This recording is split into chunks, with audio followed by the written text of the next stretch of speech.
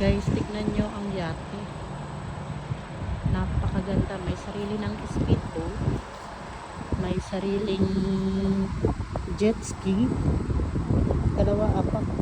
Jet ski niya dalawa. Ay, isa, dalawa, tatlong jet ski nasa loob. At yung speedboat na black. Grabe, napakaganda niya guys. Sobra.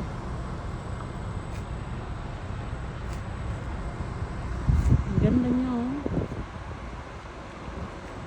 Pero anong saysay kung meron ka nito, hindi mo rin naman magagamit na buong taon, di ba? Kasi nga dahil sa panahon dito, 4 na season. Winter, hindi mo siya magagamit. Grabe oh. Ang jet ski niya isa, dalawa, tatlo. May dalawa pa rin sa loob.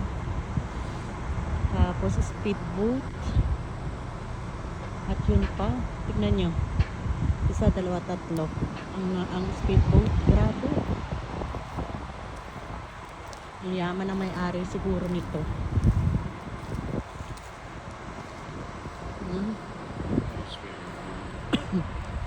Yung isa may swimming pool sa loob o sa taas, so yun oh. May speedboat, may jet ski rin.